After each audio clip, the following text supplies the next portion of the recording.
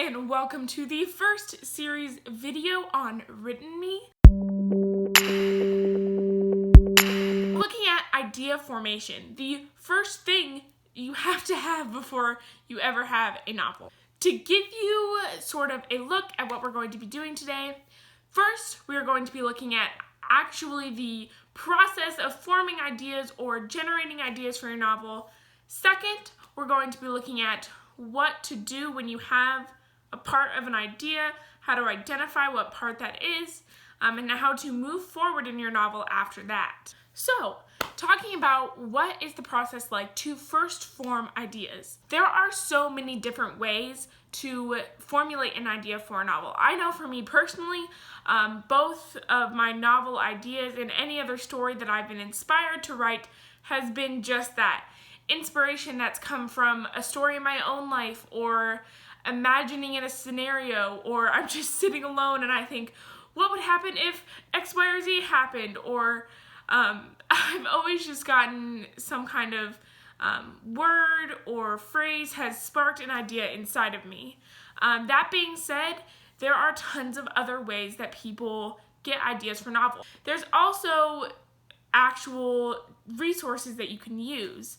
I know for myself, if I'm ever dealing with writer's block, I often turn to Pinterest or any online resource that you can generate ideas. I use those things. Honestly, just search on Pinterest writing prompts and tons of stuff comes up. I usually don't use those to spark a long novel idea, but they can help trigger other ideas or different aspects of a story that I want to include. You can also use online resources that actually generate ideas. I'll leave a couple of those websites linked down below. If you know you want to write a novel and you're just not sure what about, those are great resources to be able to generate ideas. The third way that I find often is a great way to spark an idea for a novel is actually retelling another novel.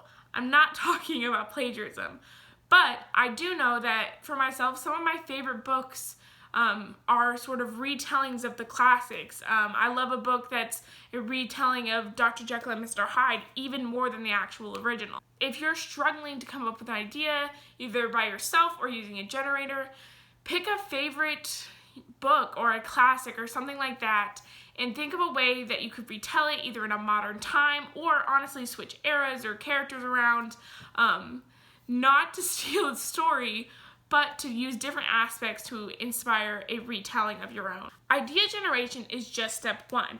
Now we're going to be talking about that bare minimum idea and taking it step by step towards an actual novel. The first thing you have to do is decide what part of the idea for the novel you actually have.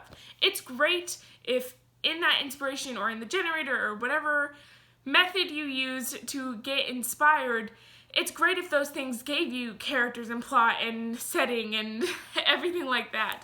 But oftentimes you don't get those things all together. I know for myself, I only had the general premise that I wanted to do for my first novel, and the second one, I only had a character relationship that I wanted to flesh out. Say you have a character. I find this is really common when you get inspired to write things. You have a character in mind. Either you get inspired by a person around you and you think they're an incredible person to flesh a character out, or maybe it's just anything that you have a character in mind, something you want them to be like, or a name, or anything like that. You really want to get to know that character. That can be the easiest way to move forward and find out, okay, what are they like? So maybe what issues do I want to put them through in the story? Knowing a character is a really great way to finding a character arc. And once you find a character arc, that's a great way to have your theme. And again, all these pieces just build on top of one another. The best thing you can do though, if you only have a character, get to know that character. There are a ton of questionnaires online for your characters. There's a ton of things you can do to get to know your character. Personally, for me, getting to know my characters, I use the Myers-Briggs test because one, I love that, and two, I find it's a great way to know my characters, both their strengths and their weaknesses, and how I can manipulate those in my story to get across an idea or a theme. If you have sort of where you want your story to start or the beginning, it's also really important to sort of play it out in your head. This is where my characters or my plot is starting. What would happen next? What would I want the end goal to be? Sometimes that's really far off and you can't think of that immediately. So say in the beginning, what is started in the beginning of the story that is going to set them on a path? What does that path look like? And if you take it step by step along this path from beginning to, okay, after this happens, this is going to happen, and just following that pattern, you're going to find the end results. Once you have the sort of plot line, which is a great place to go, once you have just the beginning of the story, it's really a lot easier to find out what characters should I put into this? What characters would respond to these circumstances the way I want them to? What characters would, help amplify the antagonist side of this story? And oftentimes when we have a plot, the characters just kind of work themselves in because that's just humanity. The same goes if you have the ending. Just work backwards. Starting in the beginning, sort of see how everything is moving, and, if this is where we ended, where did we start? Where is a reasonable place for us to start? If this is the ending, this is how they're feeling at the ending. Why are they feeling that way? They had to have felt X, Y, or Z way at the start. Again, finding out a plot either from beginning to end or end to beginning is not always the easiest task to do, but if you can get that part down in your novel, it will make writing so much easier. If you have a theme, this is honestly how I write most of my short stories. I find for short stories, it's really hard for me to come up with characters or a plot because I always find they are way too lengthy and I can't condense them down into a short story length. That's why I started resorting to thinking of themes. This doesn't only work for short stories though, it can work for a novel. I think, again, knowing that theme can be so powerful because it's a lesson that can be learned from your book. So figure out how would someone learn that lesson. You have to think about how you want your reader and also your characters to walk away with the theme that you have. If you have a certain scene, this is honestly, again, will happen a lot if you're using just images or videos to spark your imagination and spark a novel idea. You might only have a scene in mind. I know for myself, I've had this a lot because I'm very imaginative and I'll talk to myself a lot and I'll get these scenes in my head and I'm like, I want my characters to go through this scene. Well, get to know the scene.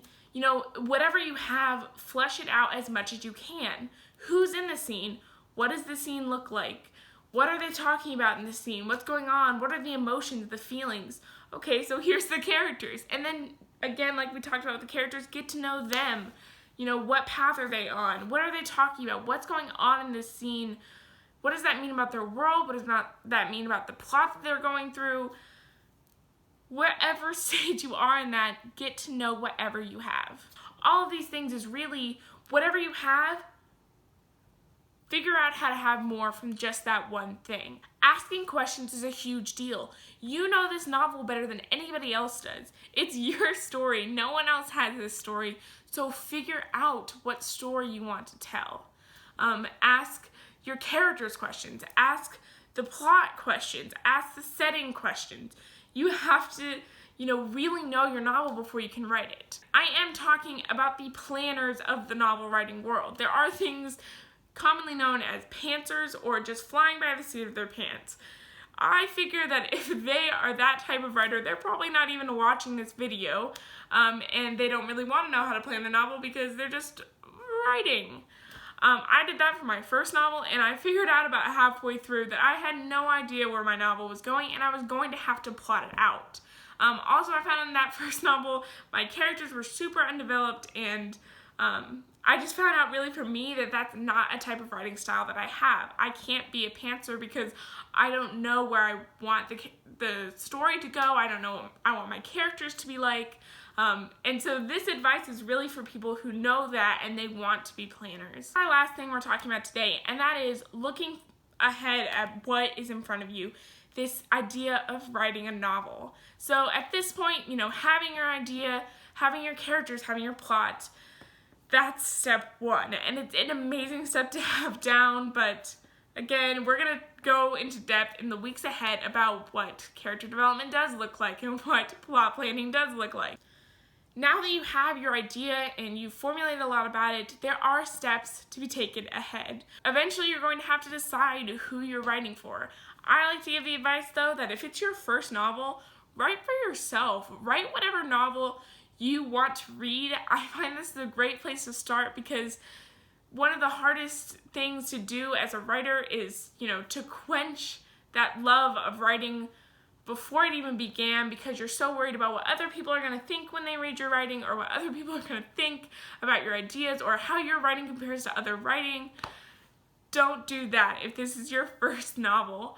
That can come later. That can come in the editing process or whatever. Write this novel however you want to write this novel. Again, like I said before, you are the only one who knows this novel. You're the only one who can tell this story, and that's all people want. With all the work ahead, do not get stressed out right now. If you are just formulating your idea, this honestly is one of my favorite parts about the writing process. I love stories. That's why I love writing. That's why I love reading. These stories, this idea that's forming in your head is so important and so amazing. So yeah, it's a lot of work ahead of you, but not only is that amazing work because writing is amazing, but it's fascinating work. Being able to formulate a story and then to write it down and communicate it to the world is such a gift. Books are incredible, and I know that starting this journey on writing a novel, you can do it. That is all I have for you guys today. Remember, I am putting up a video every Sunday and sometimes on Wednesday, so please check back with that. This is Maggie Swanigan signing off. Keep on writing.